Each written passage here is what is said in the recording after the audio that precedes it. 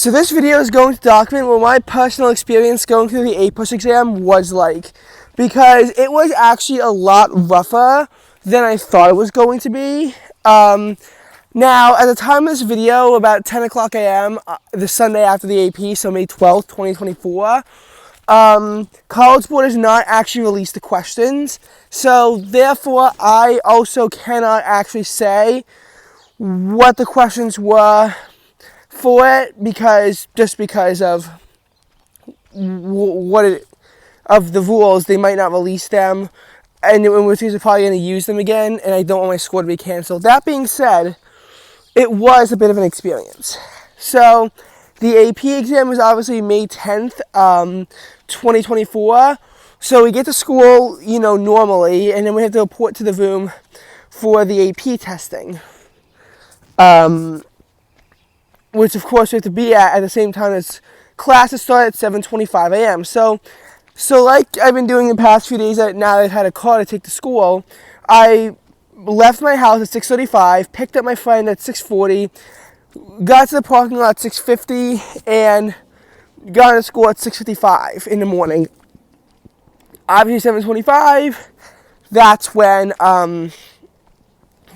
I have this AP exam in the room I have to be at.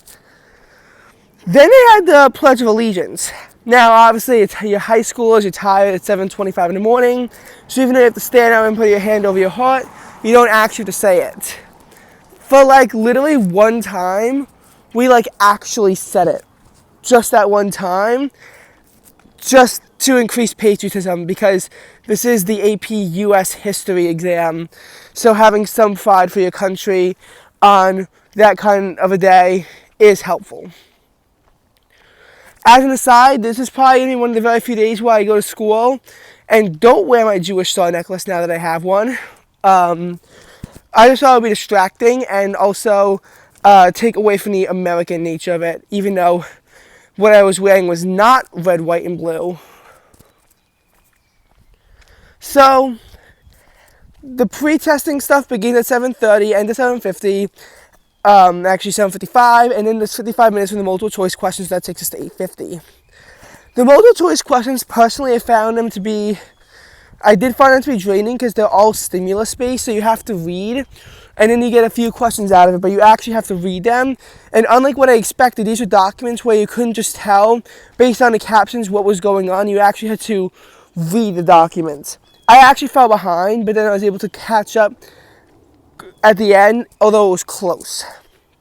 It was definitely close. Then you had the SAQs, which we began at 9 because there were more directions, and they lasted 40 minutes, and they took us to 9:40. So with the SAQs, what you have to understand is that it's still on part 1. The multiple choice questions are 40% of the exam, and with 55 questions, that means that each question is going to be about 0.7% of your total grade. The SAQs, there's 3 of them, 20% total, so 6.7% per SAQ. As you know, you have to write 3 to 4 sentences responding to each one of the questions. There's 3 questions per SAQ, and then there's 3 SAQs. SAQ 1, you have to compare 2 documents. SAQ 2 is just 1 document, and SAQ 3 is just a question, and you have a choice between 3 and 4. One of which deals with periods 1 through 5, one of which is periods 6 through 9. Personally, I chose the one that was in the period 6 to 9 one, and regretted it because I didn't know what the answer to 4B was. 3B I probably could have done. I probably should have chosen the other one, but I just know I'm better with something involving a more recent period than an older one, just based off of when we learned it, and also my previous knowledge of the subject. Being very careful here, as you can tell. So I remember that I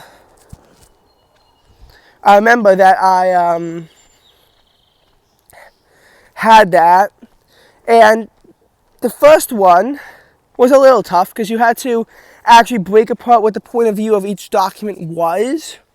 So that wasn't exactly, easy. The second one, figuring out that document, was relatively easy, and then the third one I struggled with, but that's because I picked the wrong one. I picked one I didn't exactly know as well, even though I thought heading into it that I'd be better with that, and I was wrong.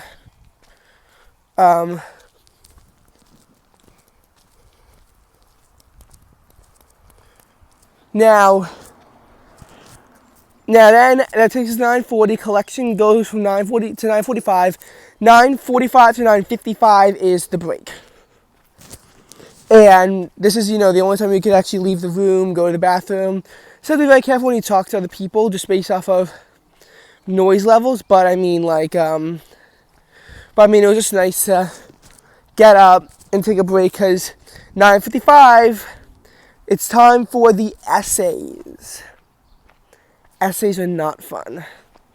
The essays just are not fun at all. Because what you gotta know for the SAQ is that you have to write about 3 pages, you have to write pretty much a full page, and you have 40 minutes to do it. On this APUSH exam, for the essays, there's a DBQ and an LAQ, and we started promptly at 10, because again, there's some directional stuff that had to be done. And here's the thing about the essays. For the DBQ, you have to read all 7 documents, group them, figure out which ones you want to do. That takes about 15 minutes, even though it only took me 10.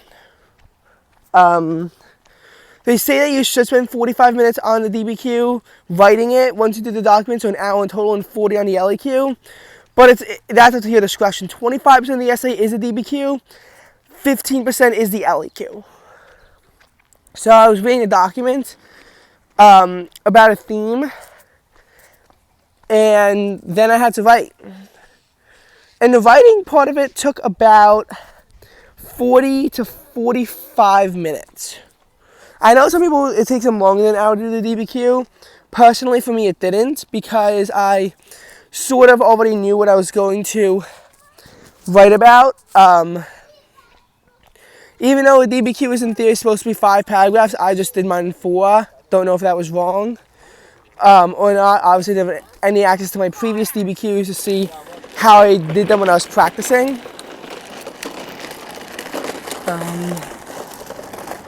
Oh my God, what is he doing? And then that was just how my DBQ went. It was 4 pages in total. I know Heimler says that it's supposed to be 2 to 3 pages for, a good score on the DBQ and the LAQ. He says about 4 to 5 points on the LAQ, on the DBQ, and 3 to 4 on the LAQ. That being said, if you want all 7 and all 6, then 2 to 3 pages is not going to be enough. I mean, listen, I respect Heimler a lot, but for length, but if you want to get all of those points, I mean, complexity is a lot to write about. It's exhausting. But if you want that final point, you're going to have to actually add in a lot. So again, 4 pages for the DBQ, and honestly, that was probably a little bit on the low end. I probably could have written more to secure that fact. Obviously, for the DBQ, complexity actually isn't quite as hard. You could either use all 4 documents and source all 4, or you could use all 7 documents to support an argument and you only have to source 2. Personally, I chose the former. Still a lot you have to do. But then you always have no break before the LAQ, where you have to choose where you have a choice between 1 of 3 prompts. I picked a prompt. There was a prompt regarding some of the stuff again at the beginning of the APUSH course. Some stuff, regarding stuff in the middle, and some stuff regarding the end. It's just based on time period. And I picked the one that was for the most recent stuff. The most recent unit. And this time I think I actually made the right decision. That being said, the LAQ was still exhausting. Getting complexity on an LAQ is so much harder than on a DBQ. And you heard it from me first. LAQ complexity is harder than DBQ complexity because you have to enforce other places, nuance your argument by using something like CCOT or or compare and contrast, it can get tough. And again, that can add pages to your essay, which is, for me, was again 4 paragraphs. Personally, I found the LAQ to actually be harder than the DBQ because of how the complexity worked and all this other stuff going into it. For me, the LAQ took me about 45 minutes, which is actually longer than it was supposed to. For an LAQ that, normally people have been known for having to rush through in 20 minutes, I had plenty of time. I needed all of that time, however, so it's not like I finished the exam like any earlier. Just because of it. My LAQ actually wound up being 4.5 pages long, so it actually wound up being longer than the DBQ. And by the end of it, I was completely exhausted. Think about it, I'd written 8.5 pages of essays in 90 minutes, really 85. So I had like no kind of a break. I just had to power through it. I also barely had any recovery time from the fact that of the previous exams. I mean, the APUSH exam is long. It was 3 hours and 50 minutes in total. Testing itself is 3 hours and 15 minutes. So APUSH is actually like one of the longest AP exams there is. And it's tough on that AP because of how much energy you lose. My mom signed me out of school, and the APUSH exam, again, the essay was finished at 11:40, we were allowed to leave at 11:45. I tried to linger until about 11:50, just because I was worried. I had to gain some composure before going home, so they had to walk back to the playing pool, got there at noon, got home at 12:10, had lunch, then took about an hour and a half long of a nap before I had some more work to do.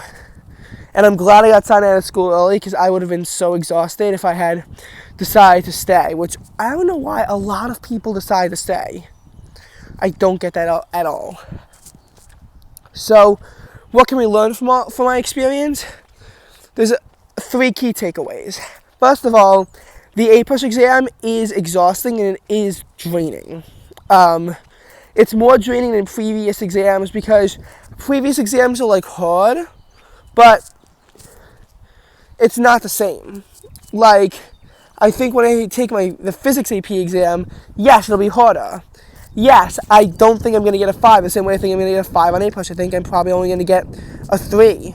But at least in that case, obviously it's going to be hard and difficult, but,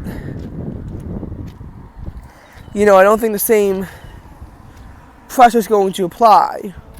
Though I do need to study a lot for that one. Also, I feel like when you have,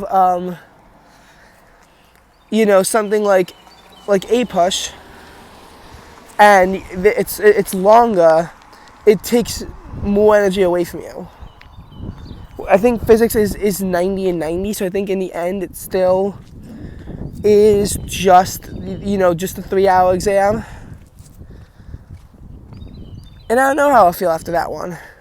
But I do know this much, the APUSH exam, even though I would encourage people to take APUSH, that exam was an experience I've never really felt before in my life, just based off of, how exhausting it was.